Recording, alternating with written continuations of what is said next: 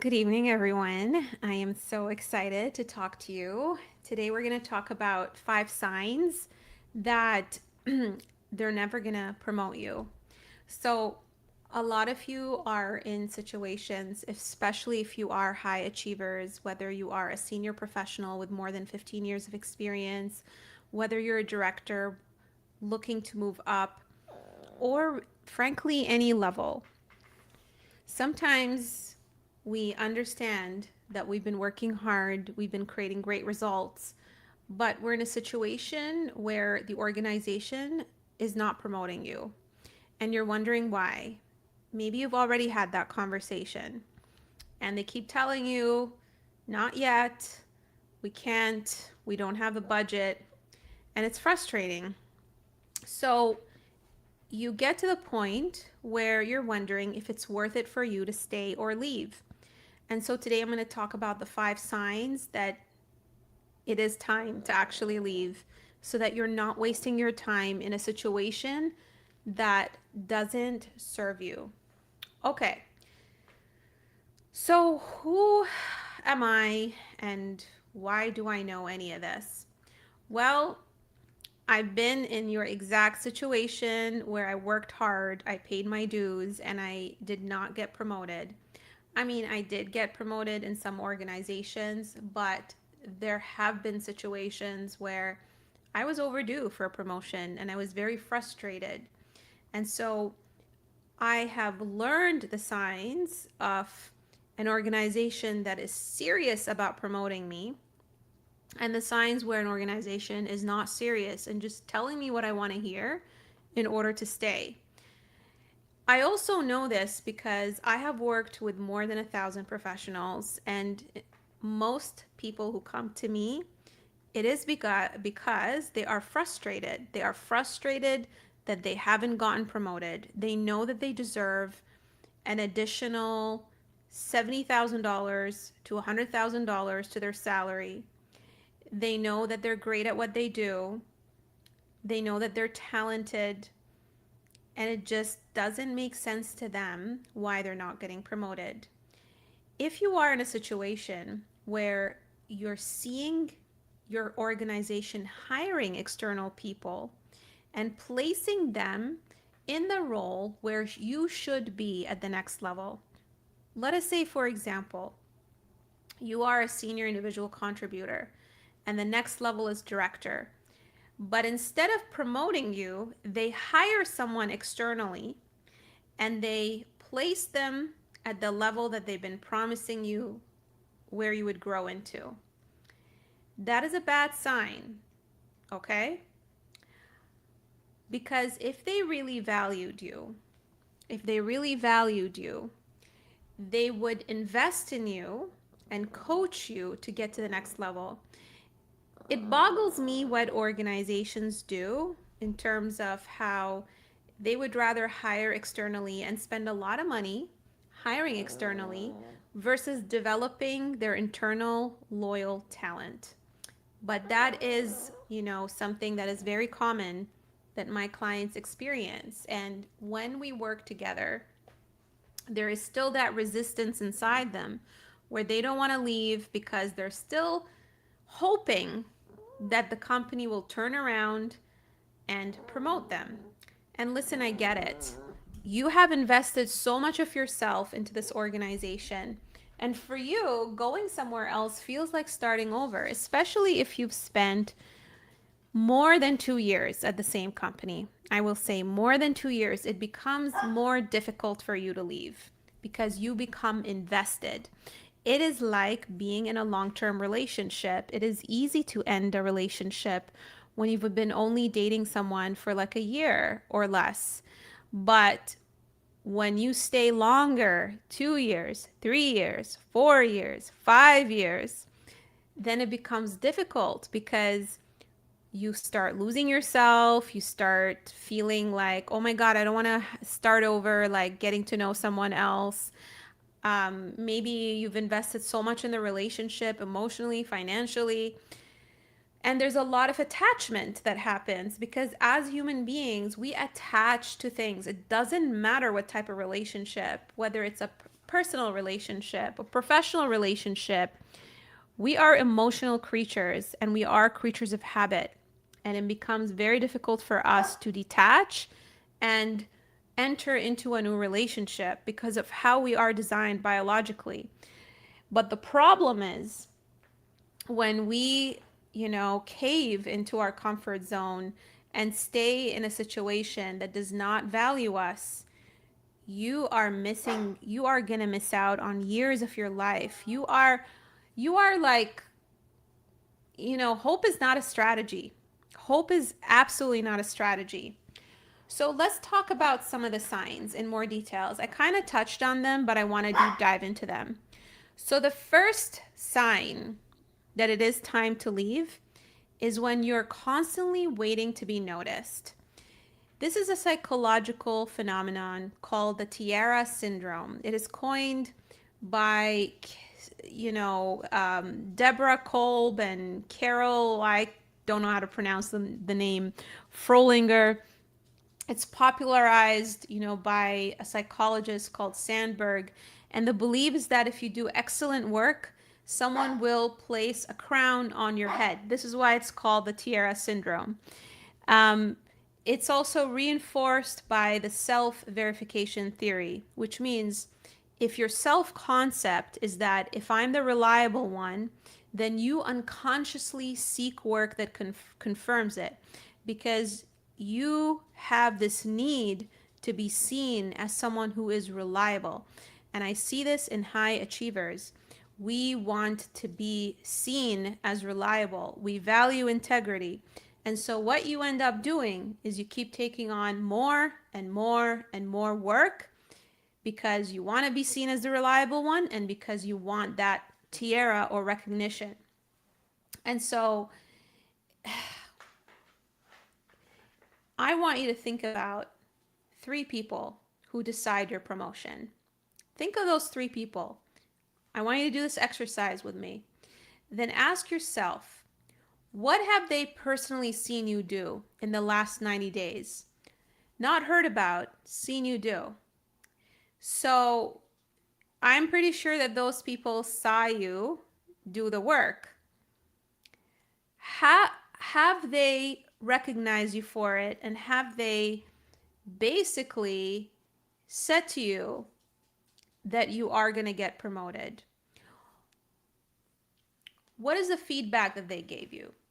Because if they're seeing you do the work and it's pretty logical that there's evidence of it, but they keep making excuses that you're not ready, then you know something is off. You know that this is a sign that it's never going to change. Again, it's like being in a relationship.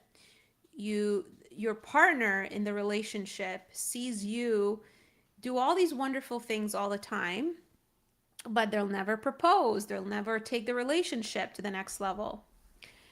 And so you're constantly like fighting them and proving to them. And the more they invalidate you, the more you try to prove that you should take it to the next level. And so that is a very toxic cycle. And you know that you don't need to prove yourself more than that. If they're not seeing, if they're not acknowledging that you are operating at that next level, and it's been going on for 90 days, it's been going on for 6 months, it's been going on for a year, then it's pointless. It's never going to change. They will never change your mind and they will never promote you. Okay, let's talk about sign number 2. You've accepted vague feedback as real feedback. What I mean by vague feedback, and I hear this very often with people who reach out to me, is they will literally hit all the KPIs. They increase the revenue at the organization. They release products. They achieve results. But then their boss nitpicks on something silly, unrelated, and has nothing to do with business outcomes. They will look for something that is subjective, because when something is subjective, then it's hard for you to prove that their feedback is wrong, right? For example, a common thing that some people share with me that their bosses would tell them is, "Oh, you lack executive presence. You need to work on your executive presence. This is why you can't get to the next level." Even though all the KPIs and the business outcomes are met. Or they'll say something vague like you're not quite ready. What do you mean I'm not quite ready? Give me an example. Ready for what? What is it that I'm not doing? Give me feedback. Tell me what I need to work on. And there's nothing concrete there. And this is how they hook you. They make you blame yourself. They make you question yourself. And then you just don't know what to fix anymore. And that's basically good enough for them to keep telling you that they're not going to promote you. So, in order for the feedback to be specific, there are three things that need to happen. You need to understand what specifically would need to be true in order for you to get promoted. By when and who would be signing off on that? Who would be telling you that you met those requirements? If they can't answer all three questions, then you know that this is a vague piece of feedback and it's meant and used as an excuse to keep you guessing and to never promote you. All right. So if you identify with number 2, which is vague feedback, plop 2. I would love to hear, who can relate to this. And if you have the Tiara syndrome that I shared, plop 1. I'd love to know as well. All right. So the next sign of you not getting promoted, never getting promoted in this organization, is you being indispensable. So this is what I call the competence trap. The better you are at your current role, the more expensive it is for the organization to replace you. Here's the thing. If you're too good at it, the company gets selfish and they're thinking, well, why should we promote you? Because you're doing such a great job. We don't want anyone else to replace you. It's going to cost us a lot of money to find someone else and train them to take your place. Maybe there isn't someone already in the organization who can take your place, and they don't want to hire externally for you to move up. So it becomes a cage. And you know what? I was in that situation in one of the organizations. They promoted me once, but then they didn't want to promote me again, even though I was overdue. And they kept telling me that, hey, we can't, I was in consulting, so they said, we can't, take you off this project because you're just too good at it. Who else is going to be doing the job? But here's the thing. It is not your problem. That is not your problem. You should not feel guilty about that. That is not a reason to stay. That's terrible. You need to look after yourself, because if they're not willing to move you up, what's going to happen is you're going to feel stagnant in your role. You're going to be doing it in your sleep. You're going to become demotivated. And the longer you stay in a role that is comfortable, the faster you get outdated, especially with this era of AI. And then you're going to reach a point where you're going to be at the same salary band and the cost of living is going to go up, and you're also going to be demotivated and under challenged, which is the biggest enemy for a high achiever. All right, the fourth sign. By the way, let me know in the chat if you're listening, whether it is live or in the replay. Let me know if you have ever experienced in your career the competence trap, which is being too good at your job that they don't want to promote you. Okay, you're running on intermittent reinforcement. That is another sign, a dangerous sign that it's time to leave. So there is a theory around variable ratio schedule, which is the most behaviorally addictive reward pattern that exists. It's what we call inconsistent praise, unpredictable praise. You know what's crazy about it? It's almost a type of phenomena that happens in also toxic relationships. If you've ever been with a partner who basically, or even if you've ever dated someone, because usually this happens when you're dating someone, not when you're like in a, you know, committed relationship, where the person is going hot and cold. Like one day they're praising you, the other day like they're ghosting you or being cold. This is the same thing. This is the same thing. One day your boss praises you sporadically without expecting it, and then the next day they are critiquing you.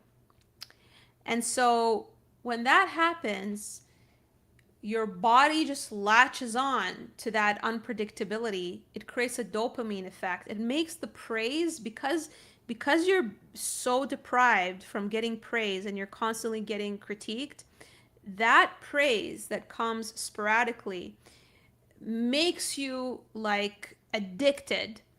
And so you start, saying, well, it's not that bad, and I should just, try harder, and maybe I'm making a big deal about wanting to leave, and you end up staying. And that, basically 1 year where you said, I'm just going to give it a year, becomes 5 years, becomes 6 years. So I would sit down and I would have two columns. I would create two columns. In one column, I would put down the things that you were promised. And in the second column, I would write down what was actually delivered to you. If they said they were going to give you a raise, did they give you the raise? If they said that they were going to promote you in a matter of X number of months, did they do it? And that is going to give you a clear idea whether you are in this intermittent reinforcement cycle. And if you are, then it's very dangerous and you need to do something about it. This is where talking to a coach becomes very important, because you're sort of like kind of blinded by what the company is doing, and you need someone from the outside to remind you that what you're experiencing is real and it is toxic, and you need someone to create that accountability for you, to come up with an exit plan so that you don't end up wasting your life. Okay.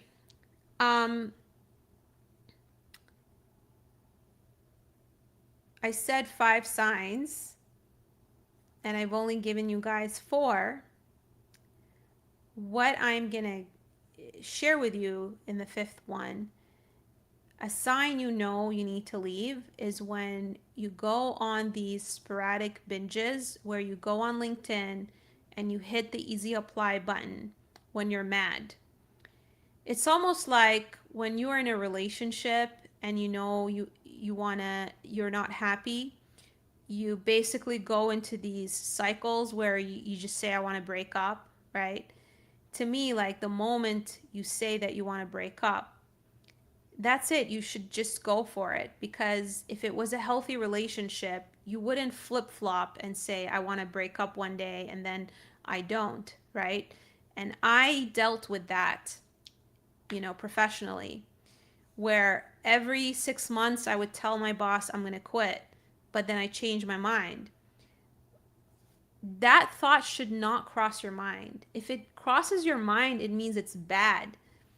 No one should get to the point where they say they're going to quit. If they get to that point, it means it's bad, right? So that is basically the 5th sign, is when you get that thought like every few months that you want to quit. Okay, So I want to help you understand why, even when things are bad, you still want to stay. Because again, we are human beings and we have psychological things that hold us back, where we tell ourselves that it's going to get better, but it won't. So the first one is what I call sunk cost fallacy. A lot of people, they feel that they've invested so much in an organization. You've already given them 6 years. You've already given them 3 years. You've already given them 10, 15, 20 years. And you tell yourself that it's hard to leave. And that's what makes you want to stay. But the thing is, like everything in life, there's no such thing as sunk cost. I mean, I spent 3.5 years in a software engineering degree. I could have said, oh my God, there's so much sunk cost, I cannot change my degree. But to me, it's like, if I stayed any longer, I would have probably failed. I would have probably not enjoyed my career. And it wasn't a loss because I transferred what I've learned in engineering into another degree, and it just made me a better person. It just made me better at what I was doing. So it's not sunk cost. Whatever you built in that organization, you learned. Even if you didn't finish the initiative, even if the concern is, I don't want to leave because it's going to feel like I didn't build anything. Not true. Whatever you learned to build as much as you did at the organization can be transferred over to another organization. And you know what? You may be in a situation where you're going to be able to build better things because the organization that you might end up going to is going to give you that title. It's going to give you that ownership. It's going to give you that permission to lead. And you are going to be able to um, innovate and build better things in a better environment. So this is why it's so important to not worry too much about the sunk cost. The second thing that makes people want to stay and not leave an organization is what I call loss aversion. Losses feel roughly twice as heavy and as equivalent gains. So the known bad reliably beats the unknown good. That's the problem. We're creatures of habit. We fear the unknown, and this is why we're scared of leaving a company. But sometimes taking a risk is good because it means that you could be in a way better situation. Hey Zubia, it's so nice to see you in my life. Thank you so much for supporting me. Status quo. Staying registers as neutral. It isn't. Staying is a decision you make every single day. So if you are overwhelmed and you tell yourself that, well, I don't want to make any decisions, you are making a decision by staying.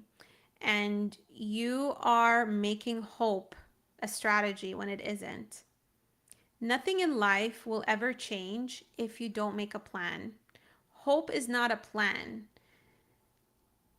A plan involves you deciding that you're too worthy to stay in a situation that doesn't serve you.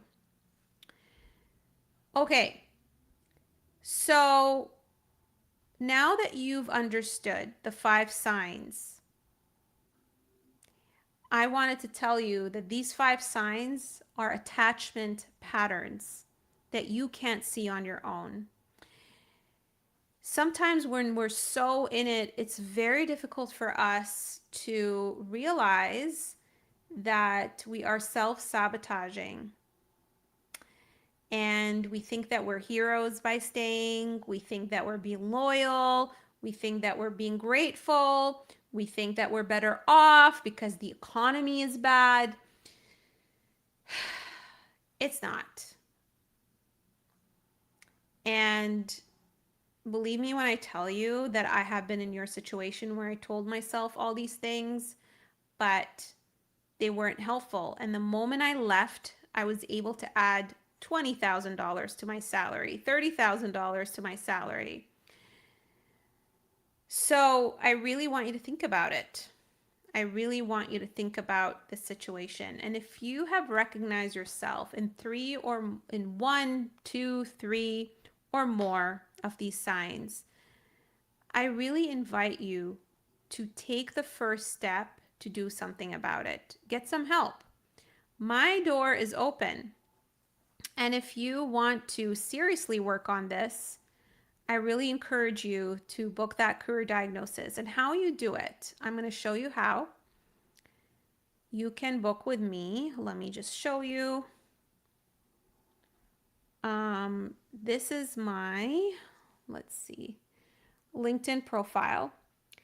I encourage you to go to my LinkedIn profile. And if I zoom in, let me zoom in, you can see that under the heading, under my name, you can click book an appointment. And once you click on book an appointment, you can click book your career diagnosis. And then you can fill out a 2-minute questionnaire for me to understand your situation so that I can get the context and so that I can help you.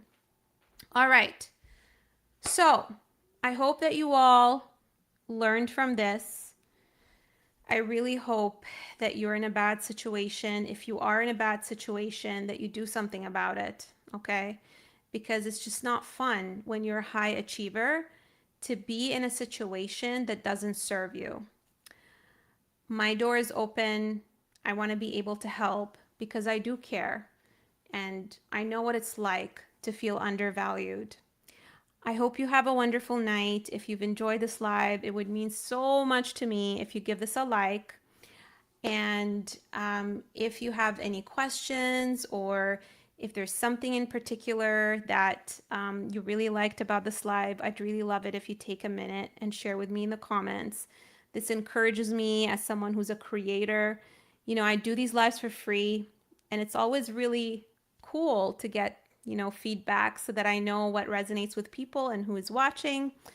And if you want to share with me like where you're tuning from, that would be awesome too, because I always love to know where people are from in the world tuning into my lives. I hope you all have a wonderful night.